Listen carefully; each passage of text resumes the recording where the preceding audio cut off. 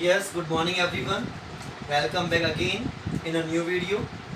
As on yesterday we had completed that how the reserves and profits are distributed. And I told you that there are two situations of reserves and profits. First one is if reserves are to be transferred or distributed, and second is if reserves are not to be transferred or distributed. तो कल हमने ये वाला point discussion किया था in which we had completed that how the profits will be distributed, how the losses will be distributed and how the worksman compensation reserve will be distributed. तो आज हम इस वाले टॉपिक का जो ये टॉपिक बच गया था अपना इन्वेस्टमेंट फ्लक्चुएशन रिजर्व ये कंप्लीट करेंगे और साथ में if reserves are not to be distributed then how the accounting treatment will be made ये डिस्कस करेंगे. मीन्स दैट आज हम हमारा ये टॉपिक कंप्लीट कर लेंगे. Now see investment fluctuation reserve. सबसे पहले हम ये देखते हैं that why investment fluctuation reserve is maintained by the business. देखिए हर एक बिजनेस पैसा कमाने के लिए और पैसा इन्वेस्ट करता है. तो investment is done by the business to earn more money. Extra पैसा कमाने के लिए बिजनेस इन्वेस्ट करता है. तो अब फ्यूचर में यदि उस इन्वेस्टमेंट की जो प्राइस है वो कम हो जाती है तो कहाँ से लॉस होगा फर्म को? कैपिटल में से लॉस बोर्न करना पड़ेगा. बट कंपनी फर्म ये नहीं चाहती है कि उसकी जो कैपिटल है वो फ्लक्चुएट हो, उसमें कोई भी कमी आए. तो इसलिए फर्म क्या करती है, उस इन्वेस्टमेंट के लिए एक रिजर्व बना लेती है कि फ्यूचर में यदि कोई भी हमें लॉस होगा उस इन्वेस्टमेंट पे तो उस रिजर्व में से वो लॉस एडजस्ट कर लिया जाएगा. लाइक द सेम जैसे हमने कल वर्क्समैन कॉम्पनसेशन रिजर्व पढ़ा था. यदि कोई भी एम्प्लॉयज़ के किसी भी तरीके का एक्सीडेंटल लॉस होता है तो फर्म वर्क्समैन कॉम्पनसेशन रिजर्व से उसे कॉम्पनसेट कर देती है ताकि फर्म की जो कैपिटल है उस पर एडवर्स इफेक्ट ना पड़े. Okay, so what is investment fluctuation reserve? यदि कंपनी ने कोई इन्वेस्टमेंट्स किए और उस इन्वेस्टमेंट्स में कंपनी को कोई भी लॉसेस हुए then company will bond that kind of losses from this reserve. इस रिजर्व से एडजस्ट कर लेगी. ओके, तो चलिए इस क्वेश्चन को समझने के लिए, इस टॉपिक को समझने के लिए हमारे पास एक क्वेश्चन है इलस्ट्रेशन नंबर 28. इससे बेटा ये टॉपिक अच्छे से क्लियर हो जाएगा. Let's see. P, Q and R partners in a firm. Their all ratio is given, that is 3:2:1. So all ratio 3:2:1 is given. They decided that new profit ratio will be 1:1:1. उन्होंने decide किया कि जो उनका new ratio होगा वो होगा बेटा 1:1:1. Then after balance sheet is given to you. Balance sheet में आपको इन्वेस्टमेंट्स गिवन है कि कंपनी ने कितने इन्वेस्ट किए, 5 लाख रुपीस, और कंपनी ने फ्यूचर के लिए कितने का इन्वेस्टमेंट फ्लक्चुएशन रिजर्व बना लिया, 30,000. मीन्स दैट यदि इस इन्वेस्टमेंट की जो प्राइस है वो यदि कम होगी तो कंपनी उस कमी को कहाँ से एडजस्ट कर लेगी, from investment fluctuation reserve. Okay, तो चलिए देखते हैं सिचुएशंस क्या क्या हैं आपके पास. Case number 1, if there is no information. No information का मतलब है कि इन्वेस्टमेंट में कोई भी चेंजेस नहीं हुए. तो जब कोई भी चेंजेस नहीं हुए तो ये रिजर्व क्या करेंगे, हम पार्टनर्स में डिस्ट्रीब्यूट कर देंगे जैसा कि हमने कल वर्क्समैन कॉम्पनसेशन रिजर्व किया था. If there is no claim then it will be distributed among the partners. तो यदि इन्वेस्टमेंट की वैल्यू कम नहीं हुई है तो वो पूरा का पूरा रिजर्व किसमें डिस्ट्रीब्यूट कर देंगे, पार्टनर्स में. कौन से रेशियो में, ओल्ड रेशियो में, बताया था मैंने आपको. तो चलिए इसकी जो पहली सिचुएशन है केस नंबर 1, उसकी एंट्री क्या करेंगे बेटा, हम investment fluctuation reserve account debit. मैंने आपको कल बताया था कि रिजर्व डेबिट क्यों होते हैं, उसका लॉजिक समझाया था कि रिजर्व का बैलेंस हमेशा क्रेडिट होता है, यदि हम डिस्ट्रीब्यूट करेंगे तो वो क्या बन जाएंगे, डेबिट बन जाएंगे. तो investment fluctuation reserve account debit, और पार्टनर्स में डिस्ट्रीब्यूट करेंगे तो 2P capital, 2Q capital and 2R capital. बताइए कितने रुपीस का रिजर्व था हमारे पास, 30,000 रुपीस. तो 30,000 रुपीस पूरे के पूरे डिस्ट्रीब्यूट कर देंगे. In which ratio, in their old ratio. Old ratio is 3:2:1. Means that 15,000 10,000 and 5,000। Narration क्या लिखेंगे आप? Investment fluctuation reserve distributed among the partners. Very simple. तो first case complete, done. Now case number 2।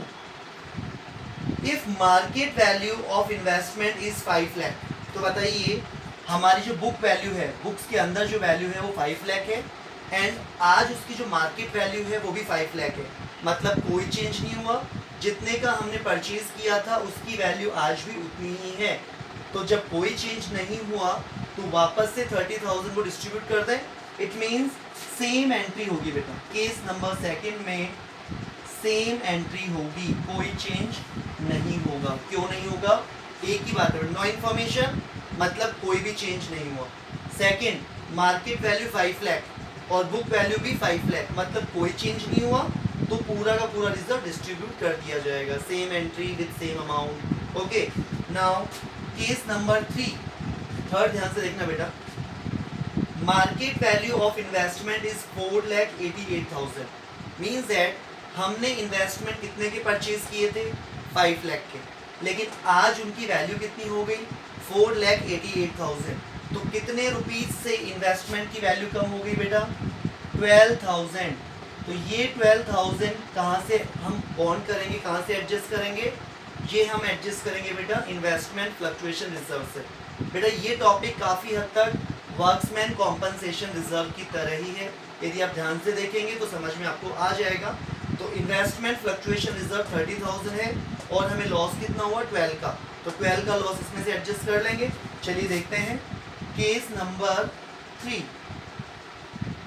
Investment fluctuation reserve account debit. We are having investment reserve 30,000, out of which we have to adjust for investment 12,000। 30,000 में से 12,000 rupees कहाँ के लिए adjust कर लिए? Investment के लिए। क्यों? क्योंकि 12,000 की वैल्यू कम हो गई। अब हमारे पास कितना अमाउंट बच रहा है?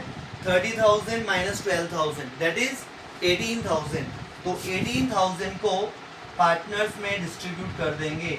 2 P's capital, 2 Q's capital, 2 R's capital. तो 12,000 को उनके ओल्ड रेशियो में बेटा, तो ओल्ड रेशियो कितना है? 3:2:1।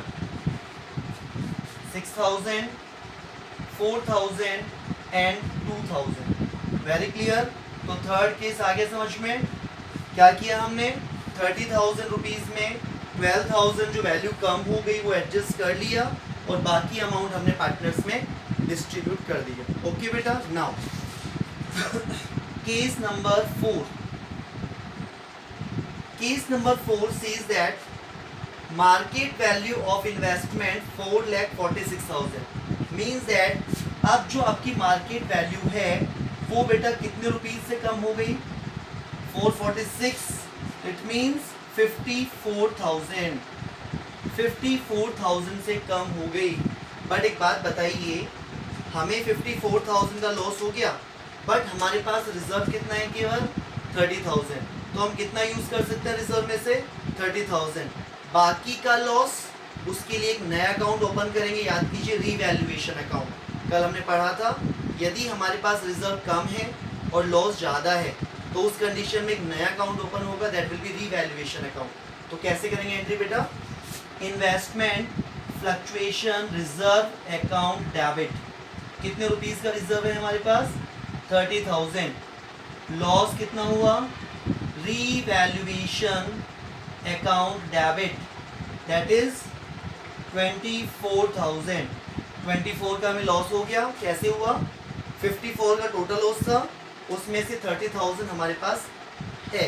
इट मीन्स 24,000 का loss that is from revaluation account. And 2 investment account, क्योंकि हम डिस्ट्रीब्यूट कुछ भी नहीं करेंगे। 54,000 डिस्ट्रीब्यूट क्यों नहीं किया? क्योंकि जो भी प्रॉफिट था सारा उस इन्वेस्टमेंट का जो वैल्यू कम हुआ उसमें यूज आ गया। डन। अब देखिए इस वाली एंट्री में आपने देखा रीवैल्यूएशन एक नई टर्म जनरेट हुई है in the form of loss. और जो भी लॉसेस होते हैं बेटा, नए लॉसेस, उनको हमें पार्टनर्स में डिस्ट्रीब्यूट करना होता है। तो इस लॉस को हमें किस में डिस्ट्रीब्यूट करना पड़ेगा? पार्टनर्स में, तो डिस्ट्रीब्यूट करने की एंट्री क्या होगी बेटा, इसकी डेबिट बैलेंस है, जब डिस्ट्रीब्यूट करेंगे तो क्या बन जाएगा, क्रेडिट। और पार्टनर्स कौन कौन है, पी क्यू एंड आर, तो एंट्री क्या होगी अपनी बेटा, P's capital account debit, Q's capital account debit, R's capital account debit to revaluation. कितने रुपीस का लॉस था, 24 का, उनके ओल्ड रेशियो में। ओल्ड रेशियो क्या है बेटा उनका, 3:2:1, 12,000, 8,000 एंड 4,000। तो बेटा ये हो गया आपका case number 4। Okay, now case number 5। Market value of investment is 5,06,000। इस बार देखिए बेटा, हमने खरीदा था 5 लाख में, बट इसकी वैल्यू कितनी हो गई इस बार, 5,06,000। इट मीन्स कितने रुपीस से वैल्यू इंक्रीज हो गई, 6,000 से। मतलब इस बार 6,000 का हमें क्या हुआ है बेटा, प्रॉफिट हुआ है, क्योंकि हर बार वैल्यू कम हो रही थी, इस बार वैल्यू क्या हुई, इंक्रीज हुई है। तो इस केस में हम एंट्री कैसे करेंगे, ध्यान से देखना बेटा। केस नंबर 5, केस नंबर 5, जो हमारे पास रिजर्व था, कितने का रिजर्व था बेटा, 30,000 का, वो पूरा का पूरा क्या करना पड़ेगा, पार्टनर्स में डिस्ट्रीब्यूट करना पड़ेगा। तो बताइए पार्टनर्स में डिस्ट्रीब्यूट करेंगे तो क्या एंट्री करेंगे, investment fluctuation reserve account debit to P capital, to Q capital, to R's capital. 30,000, 3 to 1, तो 15, 10 और 5। मतलब वो जो था अपने पास, पूरा का पूरा रिजर्व डिस्ट्रीब्यूट कर दिया। अब हमें कितने रुपीस का प्रॉफिट हो रहा है, 6,000 का। तो 6,000 का प्रॉफिट किस पे हो रहा है, इन्वेस्टमेंट्स पे। तो इस बार हमारे प्रॉफिट की एंट्री क्या होगी बेटा, investment account debit to revaluation account 6,000 से। तो बेटा इस बार रिवैल्यूएशन क्रेडिट क्यों हुआ, लास्ट एंट्री में रिवैल्यूएशन डेबिट किया था, बट इस बार क्रेडिट किया क्यों, क्योंकि इस बार हमें 6,000 का प्रॉफिट हुआ है। ओके, और लास्ट एंट्री जो ये रिवैल्यूएशन का प्रॉफिट हुआ, इसे अल्टीमेटली किस पे डिस्ट्रीब्यूट करना है, पार्टनर्स में। तो प्रॉफिट को डिस्ट्रीब्यूट करेंगे तो डेबिट बन जाएगा। तो revaluation account debit to P's capital, to Q's capital, to R's capital. 6,000 को ओल्ड रेशियो में, तो 3,000, 2,000 और 1,000। तो ये आपके बेटा पांचों केसेस हो गए। आपने देखा कि जो आपका एक तो 5th वाला केस है, उसमें कितनी एंट्री की अपन ने, 3। पहली एंट्री रिजर्व डिस्ट्रीब्यूट करने की, दूसरी एंट्री जो अपने एक्स्ट्रा प्रॉफिट हुआ उसकी, और फिर उस एक्स्ट्रा प्रॉफिट को डिस्ट्रीब्यूट करने की। क्लियर है। तो ये वाला टॉपिक बेटा सेम वैसा ही है जैसे अपना वर्क्समैन कॉम्पनसेशन रिजर्व था, माइनर सा चेंज है, बाकी सारा वो ही है बेटा। ओके, तो ये पांचों केसेस आपके किसके हो गए, इन्वेस्टमेंट फ्लक्चुएशन रिजर्व के। कंप्लीट। अब बेटा अपना ये वाला टॉपिक तो कंप्लीट हो गया, if reserves are to be transfer और डिस्ट्रीब्यूटेड, और इसके मैंने चारों पॉइंट्स आपको क्लियर कर दिए। Now the next topic is if reserves are not to be transferred और डिस्ट्रीब्यूटेड। बहुत सिंपल है, यदि पार्टनर्स चाहते हैं कि उनके जो रिजर्व हैं, प्रॉफिट्स हैं, लॉसेस हैं, वो डिस्ट्रीब्यूट नहीं किए जाएं, तो क्या एंट्री करेंगे, एंट्री आपके सामने है बेटा, gaining partners capital account debit to sacrificing partners capital account. ये एंट्री आपने पहले पढ़ी हुई है, याद कीजिए। जब आपने गुडविल की एंट्री की थी तो आपने यही एंट्री की थी बेटा। तो जब रिजर्व डिस्ट्रीब्यूट नहीं करने हैं, इट मीन्स जो गेनिंग पार्टनर है वो कॉम्पनसेट कर देगा किसको, सैक्रिफाइसिंग पार्टनर को। तो इसका ट्रीटमेंट सेम वैसे ही होगा जैसे हमने गुडविल की एंट्री की थी, गेनिंग टू सैक्रिफाइसिंग। जब पार्टनर डिस्ट्रीब्यूट नहीं करना चाहते हैं तो कॉम्पनसेट करना पड़ेगा, और ये एंट्री आपको करनी आती है। पहले गेनिंग और सैक्रिफाइसिंग रेशियो निकालेंगे, और वो रेशियो निकालने के बाद फिर हम जो रिजर्व होगा उससे गेनिंग टू सैक्रिफाइसिंग एंट्री कर देंगे। तो वेरी सिंपल टॉपिक। ओके बेटा, तो अभी हमने देखिए 28 वाला कर लिया, इन्वेस्टमेंट फ्लक्चुएशन रिजर्व। 29th में आप देखेंगे reserves are not to be transfer, ये आपको एंट्री करनी है तो आप कर सकते हैं, सेम एज गुडविल की तरह है, बस इसमें अमाउंट किसका होगा, रिजर्व का, उसमें गुडविल का होता था, बाकी entry will be same. Then after question 30 आप देखिएगा, सेम क्वेश्चन है बेटा जैसा कि 29 होगा। रिजर्व डिस्ट्रीब्यूट नहीं करना, गेनिंग टू सेक्रीफाइसिंग कर सकते हैं। इलस्ट्रेशन 31 में क्या चेंज है बेटा? इलस्ट्रेशन 31 का जो चेंज है वो मैं आपको बता देता हूँ कि 31 में आपको क्या चेंजेस मिलेगा। 31 में जो चेंज मिलेगा वो देख लीजिए। आपको 31 में यही टॉपिक मिलेगा, बट इसमें आपको प्रॉफिट्स भी मिलेंगे और लॉसेस भी मिलेंगे। तो अब क्या करें?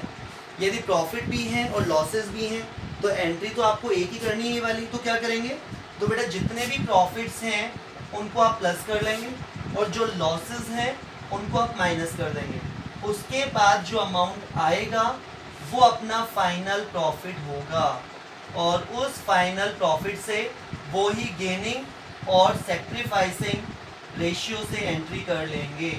ठीक है, तो इलस्ट्रेशन नंबर 31 में आप क्या देखेंगे कि आपको प्रॉफिट्स भी मिलेंगे और लॉसेस भी मिलेंगे। तो प्रॉफिट्स को प्लस, लॉसेस को माइनस, फाइनल प्रॉफिट, और फाइनल प्रॉफिट से वही गेनिंग और सेक्रीफाइसिंग करके हम ये एंट्री पास कर दें। ओके, तो 31 का चेंज मैंने आपको बता दिया। इलस्ट्रेशन नंबर 32 में क्या होगा बेटा? 32 में आपको प्रॉफिट्स भी गिवन होंगे और गुडविल भी गिवन होगी। तो प्रॉफिट के लिए आपको क्या एंट्री करनी है? गेनिंग टू सेक्रीफाइसिंग, क्योंकि डिस्ट्रीब्यूट नहीं करना है उनको, तो गेनिंग टू सेक्रीफाइसिंग। और गुडविल के लिए क्या एंट्री होती है बेटा? गुडविल के लिए भी यही एंट्री होती है, गेनिंग टू सेक्रीफाइसिंग। तो आपको इन दोनों को अलग अलग एंट्री करने की ज़रूरत नहीं है। क्या करेंगे? आप इस प्रॉफिट को और इस गुडविल को ऐड कर लेंगे और ऐड करने के बाद फिर एक ही एंट्री कर लेंगे, गेनिंग टू सेक्रीफाइसिंग। क्यों? क्योंकि इन दोनों के लिए एक ही तो एंट्री होनी है, तो क्यों आप इनकी अलग अलग एंट्री करते हैं? आप इन दोनों को ऐड कीजिए, ऐड करने के बाद फिर आप एक एंट्री करेंगे, गेनिंग टू सेक्रीफाइसिंग। ओके, तो आज मैंने आपको देखिए इलस्ट्रेशन 28 से लेकर इलस्ट्रेशन 32 तक जो भी चेंजेस थे वो सारे मैंने समझा दिए। जो बोर्ड पे समझाना था वो मैंने बोर्ड पे समझा दिया। जो चीज़ पहले की तरह थी वो चीज़ मैंने थोड़ा थोड़ा आपको बता के यहाँ पे एक्सप्लेनेशन दे दिया कि कैसे हम इसका ट्रीटमेंट करेंगे। तो आपको ये टॉपिक समझ में आया होगा। फिर भी यदि कोई डाउट है इसको आप वापस से बैक करके देखिए, समझिए, और फिर भी डाउट है तो आप मुझसे पूछिए। ओके, तो आज आपका होमवर्क है बेटा क्वेश्चन नंबर 28, 29, 30, 31 एंड 32।